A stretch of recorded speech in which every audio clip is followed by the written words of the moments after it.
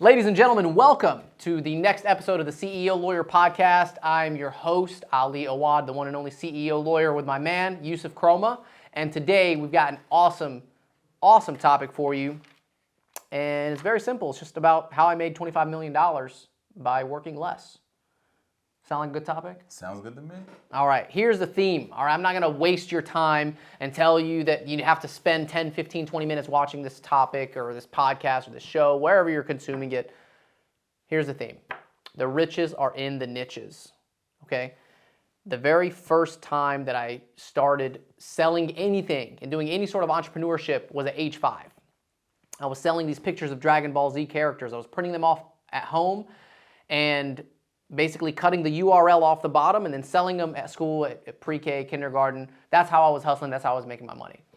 And then I started selling like CDs and sort of mixtapes and CD players. I don't know if y'all remember the old days with the Walkmans, the right? Sonys. The Sony Walkmans, you know? And then I started experimenting with online sales. Like by around middle school, I opened up an eBay store, started selling electronics on eBay, and started just kind of figuring out how to drop ship, buy from one website, sell on another. And the good thing is that I learned how to sell online. I learned how to build a business and get people to pay me for my salesmanship. Mm-hmm. But the bad thing was that I was doing so many things at once. And this really didn't materialize, and I didn't realize what I needed to do until I got to law school. So I'm 7 companies in. I started law school, and I realized that I didn't want to be a car audio salesman anymore. Like, look, I'm done with it. It's been a fun ride. I learned so much, but I wanted to focus on just one thing and become the absolute best at it. And my biggest issue was trying to figure out what I wanted to do. There's so many people that have so much skill, so much ambition, so much talent, but they dilute it by doing so many different things at once. And so for many years, I didn't know what was worth my time. Like, what is it that's worth my time? What should I be investing my energy into? Should it be immigration law? I have a bunch of immigrants in my family. My parents are immigrants. I speak Spanish, so obviously I can connect with, with mi raza and my Spanish clientele, you know what I'm saying? And my friends that I grew up with. I love traveling, so I thought that was going to help. But was immigration worth my time? I realized when I was working at an immigration law firm during law school that immigration is 50% discretion from the judge and then 50% the actual law. And I didn't want to put my entire life energy into something that could be 50-50. I wanted to be 100% all in.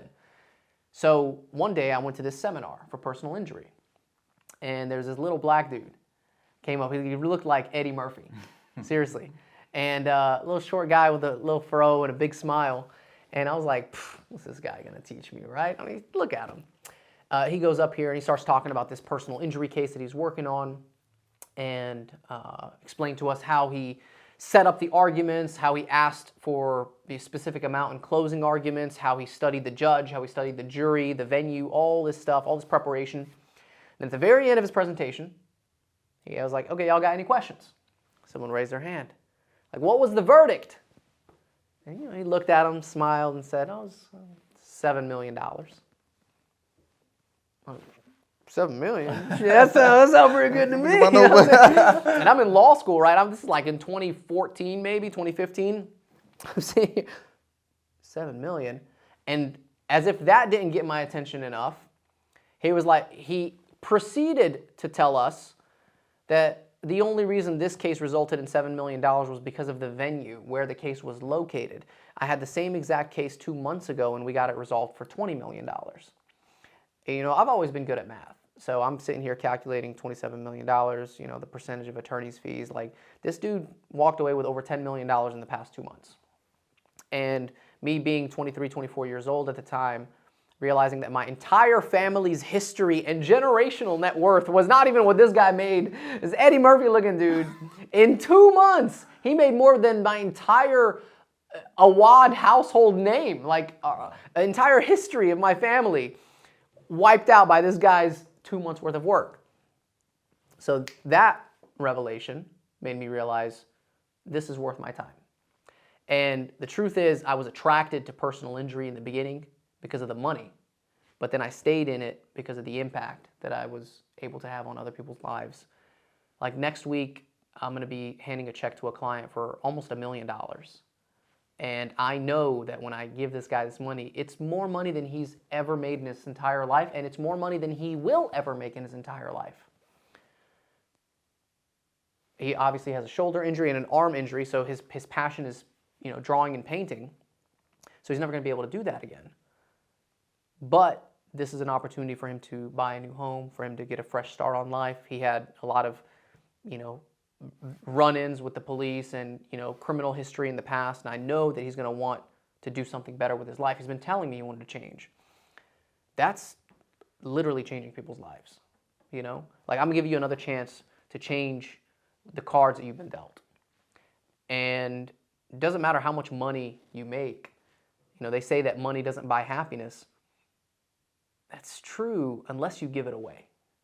And so with personal injury, when I started giving people that money and helping them change their lives and get on that road to recovery, it really attracted me to stay in the business, and that's why I love it now.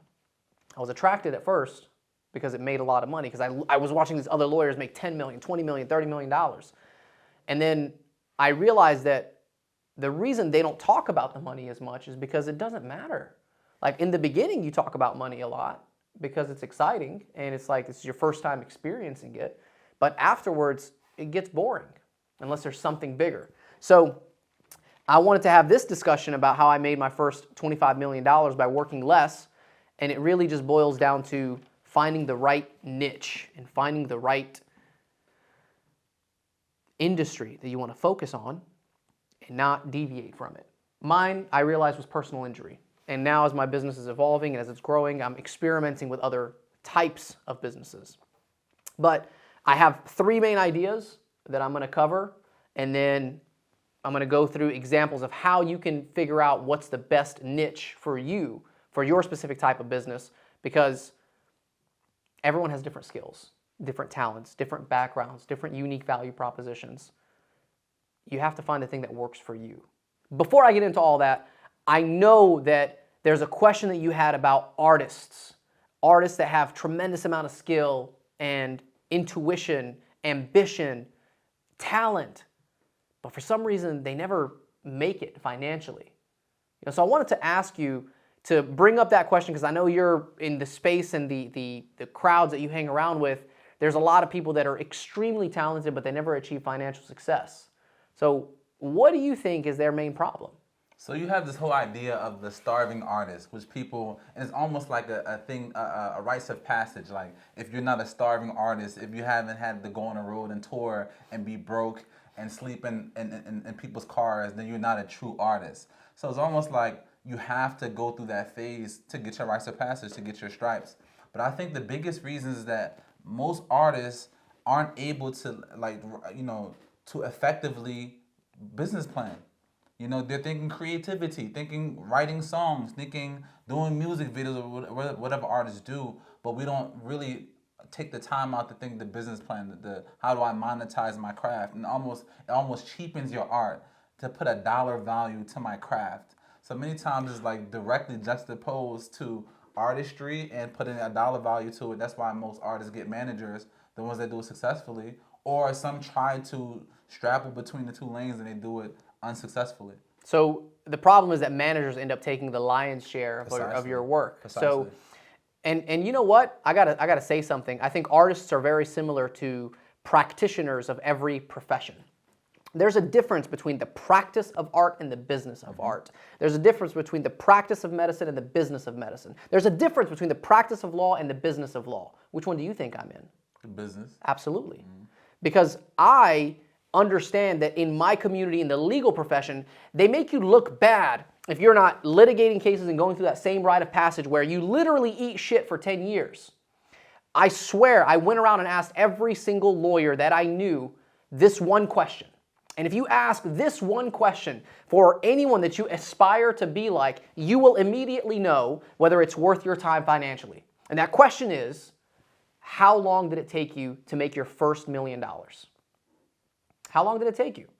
I understand that you went to law school for 7 years, 4 years of undergrad, 3 years of law school, 6 months for preparing for the bar exam, a bunch of stress, a bunch of gray hairs, pulling out your hair, eating ramen noodles. Like, I know that you had to struggle.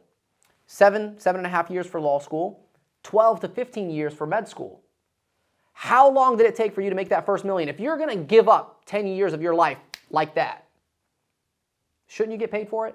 Absolutely. Think about it. If you're working minimum wage, and let's say, and right now it's not even $7.25, people are getting paid $15 an hour.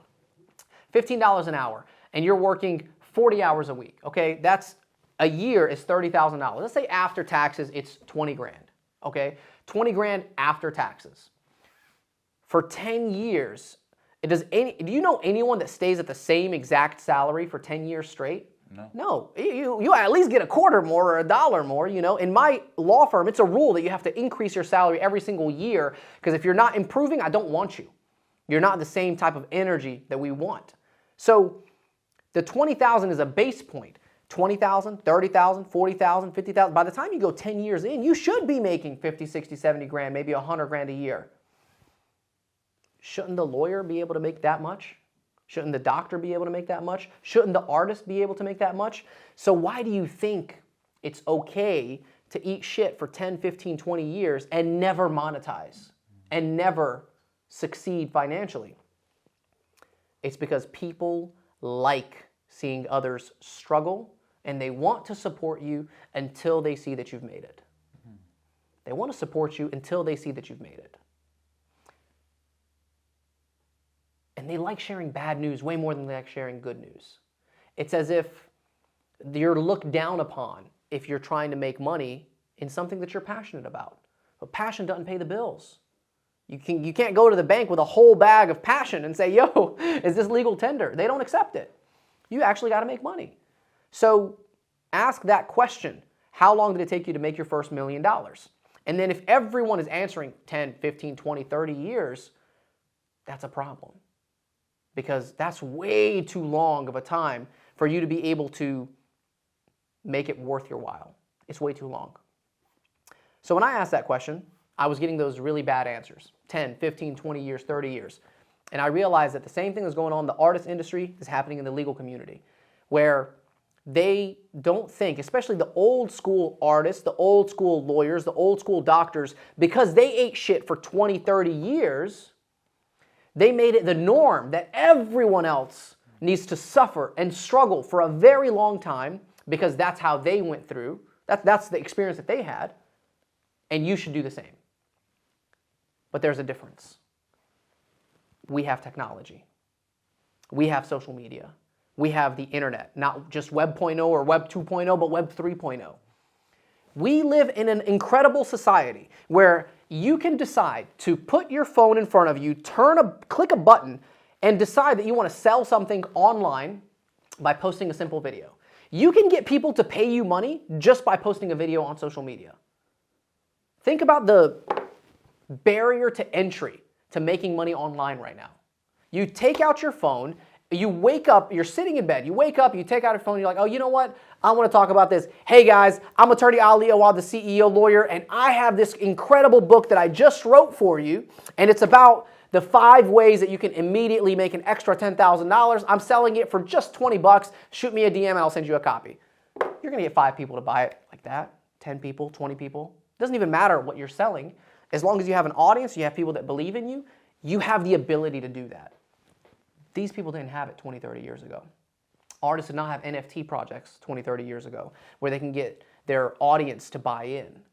Lawyers did not have the ability to market themselves at scale using just their phone 10, 20, 30 years ago.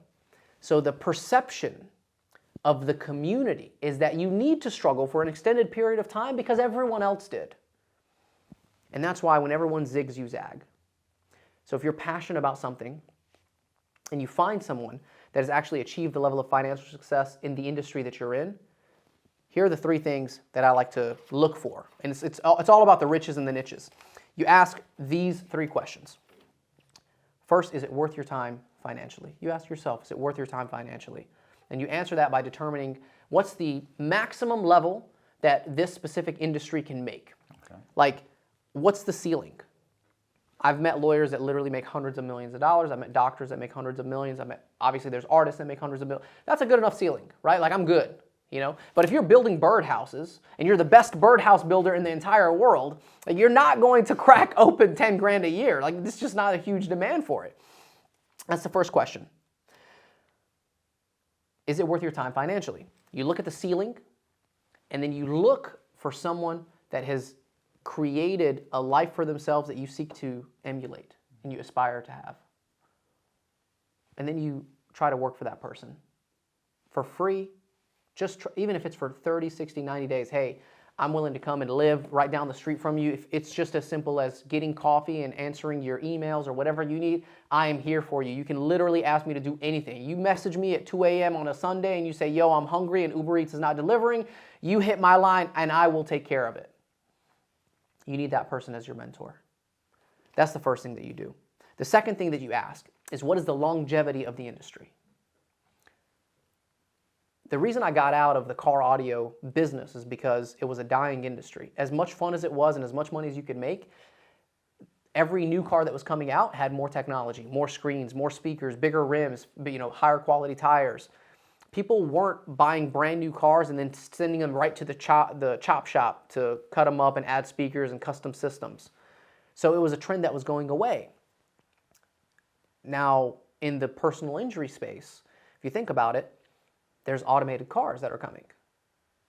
There's the likelihood, and this is a question that a lot of personal injury lawyers have, is what's the likelihood that we can get destroyed by automation of self-driving cars?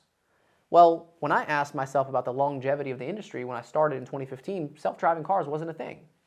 So I don't just focus on car accidents.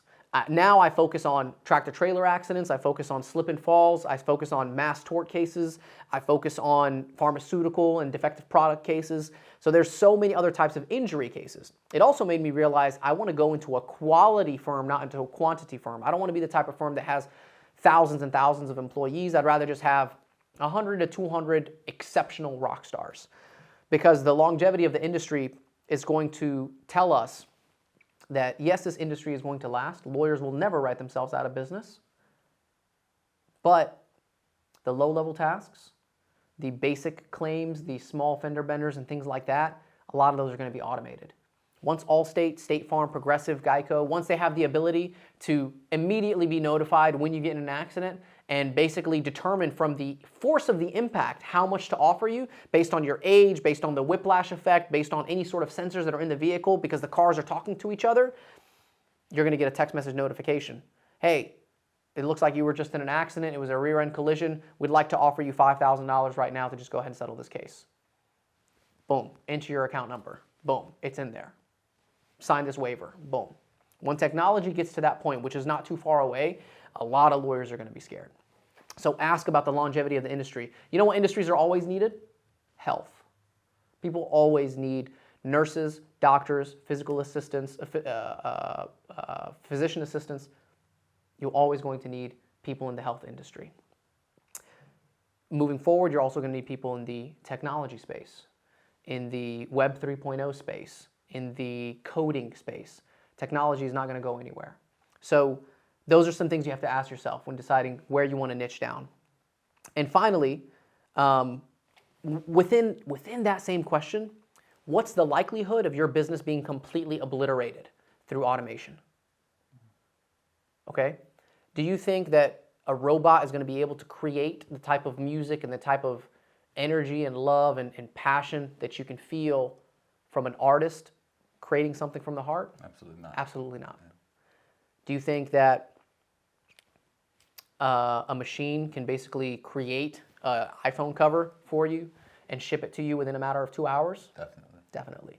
So every single shop that was in those, shopping malls throughout the country, you notice that the bigger the product, the less likely it gets automated. Cell phone covers, electronics, gadgets, Amazon wiped those people out. Bookstores wiped out. Accessories completely obliterated by online sales. You know what didn't? Didn't get obliterated? Food did. Food got destroyed by Uber Eats and all these other restaurants. But the businesses that didn't get hurt, that are actually selling products, are selling bigger products. Furniture, mattresses, beds, couches. You know what's the biggest product that you absolutely can't move? Real estate. Houses. You're not going to get automated and outsourced by a machine when you're trying to sell a house. The bigger the product, the less likely that it's going to get automated. So think about big tires, like tractor trailer tires. That's not something that Amazon could just sell on autopilot. They can't. You need a specific dealer that you go through, and it's very hard to have a company basically take you out of business because it's too big of a product. It's very expensive to move. The bigger the product, the heavier the product, the less likely that you're going to be obliterated by automation or by online sales. And then the last question you should ask yourself is, can you bring something unique to the table? So along those same lines of, like, let's say electronics. Well, what if you're the person that creates these electronics? What if you're the person that customizes the iPhone covers for people? What if you're the person that creates a technological element to the coffee mugs that you want to sell? Where you can take someone's picture, you can post it on here and always do it by hand, or there's some sort of custom element to it. This is a unique value proposition. So even if you're in a very competitive market that might not have the highest longevity, that might not have the highest ceiling of profitability, the power of your unique value proposition can outweigh all of those negatives. For me, as an attorney, my unique value proposition was that I took advantage of social media. I decided to create videos, decided to create content, and that's how I was able to build my firm very quickly. And now, a lot of other people are getting into the space. So because I have that credibility and that 3-5 years that I've already been building, I can teach lawyers how to do it. And that's the next business, is the CEO Lawyer Academy, teaching lawyers how to do it. And then what business is going to evolve from that? It's endless, But that's the unique value proposition. That's why my cookie is different, There's thousands of lawyers on my same street in downtown Atlanta, but I have something different. And I get people, I can meet them where they are much more effectively than my colleagues can. That's my unique value proposition. So those are the three things that I look at when I'm evaluating the niche that I want to pursue. Is it worth your time financially? And by auditing people around you that are in that same space, asking them how long it took them to make their first $1 million, how long they have been in that business, what was their barrier to entry to getting into it, and is there something that you can do to get there faster? And if you like what you hear, if someone's like, yo, I made $25 million doing this in day one, okay, I want to get in. Very few are going to be like that, though. Number two is the longevity of the industry. How long do you think this business is going to last? Okay, I wouldn't recommend someone opening up an electronics store selling cell phone covers in the mall right now. Yes, you can probably make a little bit of money. When people are walking in, they get the new iPhone, but the speed in which you can get something delivered to your home and all the different, products that you can, like just the diversity of products you can find online and the ease in which you can order them probably doesn't make sense to get into that business. But if you had some unique value proposition, which is number three, that gives you that competitive advantage, then it might be something that's worth pursuing. The bottom line is the riches are in the niches. And when I was in law school, I worked for an immigration law firm, a business law firm, criminal defense. I worked at a bunch of different law firms, and I realized that none of them were worth my time. I didn't feel like any of them I could bring something unique to the table. Even though they had long-standing businesses, people are always going to need criminal defense lawyers. I didn't think it was worth my time financially. And so by focusing just on personal injury, in 2021, we did over $25 million. Had I focused on everything else, there's absolutely no way I would have cracked over 7 figures. That's why the riches are in the niches. And that's how you evaluate whether something is worth your time. So people talk about, oftentimes in the world of entrepreneurship, diversifying your streams of income. So I hear you saying pick one niche and dominate that market before moving on to other things, and then finding what other exponential businesses can grow from that. But sometimes you'll find an entrepreneur, he's selling cars and he's selling rims, and the next thing you know, he's running a bakery, whatever the case may be. You wouldn't advise to do that. Yeah, so the average entrepreneur does not have 7 streams of income. That's absolute bullshit. The average millionaire does not have 7 streams of income. The average millionaire became a millionaire through 1 stream of income and then added more streams of income as they evolved. That's the problem with what you're seeing on social media. They tell you need to have 7 streams of income. They tell you need to have passive income. They tell you need to involve yourself in real estate, crypto, and NFTs and everything else. But they don't tell you that people become successful by focusing on just one thing and becoming the absolute best at that one thing. And then once they make millions of dollars in that one product or service, then they start diversifying into complementary businesses first. As an attorney, I sell the knowledge that I have about personal injury and about my media company to other lawyers. That's a complementary business. It's directly tied to the business that I already have. But I'm not going to go and open up a restaurant because it's a completely different skill set. So millionaires don't become millionaires from 7 streams of income. They become millionaires from one stream of income, but evolve into other streams of income over time. That's how that works. So yeah, I don't recommend that you try to pursue a bunch of different businesses and companies. It's never going to work. I think once you find something that you've evaluated, it's worth your time, you know that the business is going to be around for a while, you know that it's worth your time financially, you can bring something unique to the table, here's what you do. You spend 5 years minimum focusing on that one business, and that's all you do. You don't take any other types of clients, you don't look for any other types of customers, you don't take on any additional practice areas or open up different shops. You focus on just one business. After you've evaluated this business is worth your time and you have the confidence level in knowing that this is 100% where you need to be, you shut everything else out and have laser focus for 5 years straight. And to put that into perspective, as of today, as of right now, I haven't even had my law firm for 5 years. I haven't even gotten to that point where I can start looking into other practice areas, or I haven't gone deep enough. You know, the gold and the diamonds are in the depth. You know, you'll never find diamonds on the surface level. You never find gold on the surface level. You got to go deep. You got to dig into that stuff. And the deeper you go, the better it's going to get. Focus for 5 years straight. Don't do anything other than that business and go all in on branding. I'm talking about your car needs to have your sticker. I'm talking about when you go to Starbucks, you need to tell them, hey, I'm CEO lawyer. I'm talking about the clothes that you wear need to have your logo on them. You go all in on branding. So if you really want to be successful, you want to become a millionaire, you don't go after 7 streams of income. You go after one, and you do that thing for 5 years straight. How do you know if it's worth your time and why you should do it for 5 years straight? You ask yourself 3 questions.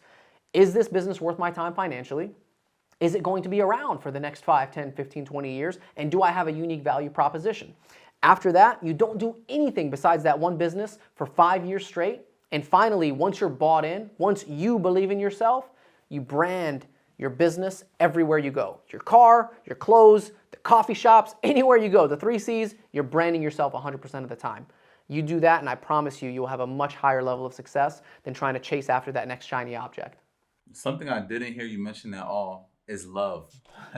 Do I love to do this? To have such longevity and go into such depth, to have such laser focus, doesn't it have to be a certain degree of love or passion, or is it just the dollar sign, the bottom line is what matters the most? Let me tell you something. What's more important? That you absolutely love the life that you live and you're 100% happy and comfortable with yourself and with what you do, but you can't positively impact other people's lives? Or are you willing to sacrifice a little bit of that happiness to be able to help others? Definitely the second, help others. And I'm of the belief that you would be selfish in focusing only on the things that you love and not doing the things that the world needs you to do. That's the difference between passion and purpose. Passion is what you love to do. Purpose is what the world needs you to do. And if you're sitting on the beach and you're just playing guitar every single day and then surfing during the day, playing guitar at night, drinking, every single night and just partying with your friends and then just living off the island with fruits and vegetables, you're like, I love my life, but you have a mind where you could have positively impacted the world, you're selfish. You're doing that for yourself, not for everyone else. You don't need to love what you do. You need to love the impact that it has on other people. And I think that's where people mess up. Everyone's talking about happiness and let me just focus on me being happy and let me do me and let me do. You don't do me. You do what the world needs you to do. You know, you have responsibility. When you get married, you have a responsibility to your spouse. When you become a father or a mother, you have a responsibility to your children. When you become an employer, you have a responsibility to the employees. That's common sense. But what about your obligation to the world? What about if God gifted you with an incredible brain, an enormous heart, laser vision and focus, and the ability to change things? What if God blessed you with that? It would be a shame if you didn't share it. So I don't think that you need to absolutely love what you do. I think you have an obligation to take care of your family and yourself and the people that matter to you. And if God gifted you with incredible talent, then you need to use that for good. And then, after you've given your time and your energy to the world, then you can allow yourself to enjoy your time and your family and your friends. But you have a higher purpose. It's what the world needs of you. So hold off on your passion to pursue that purpose first. You don't need to love it. That's good. That's all we got. All right, everyone, I think that's a wrap. I'm attorney Ali Awad, the CEO lawyer, with my man Yusuf Kroma. Stay tuned for our next podcast where we are going to go a little bit deeper into some life hacks. We're going to talk about how I bought an apartment complex using just credit cards. I know you guys are wanting something crazy, so I'm going to give it to you. Stay tuned for our next show about how I bought an apartment complex using just credit cards while I was in law school. I'm attorney Ali Awad, the CEO lawyer. Take care.